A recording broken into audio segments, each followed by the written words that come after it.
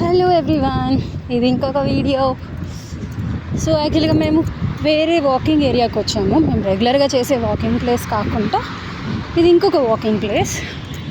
Like దానికన్నా ఇది చాలా పెద్దది. అదైతే మసీద్ చుట్టూ మేము తిరిగే వాళ్ళం. ఇదైతే ఒక్క వేలోనే 1 వేకి 5 కిలోమీటర్స్ ఉంది యాక్చువల్గా. This is second day. Let's try. కొత్త ప్లేస్ లిటిల్ చేంజ్ ఉంటుంది కాబట్టి కొత్త ప్లేస్ ట్రై చేస్తున్నా. చూడండి మొత్తం ఎలా ఉందో.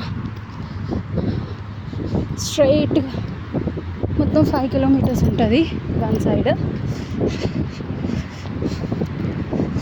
ఎస్టర్డే అయితే నేను నైట్ టైం వచ్చాం, బట్ ఇది మేము సన్సెట్ టైమింగ్లో వచ్చాం 5:30 ఇక్కడ మాకు టైమింగ్. చూద్దాం ఎలా ఉంటుంది ఈరోజు అనేది.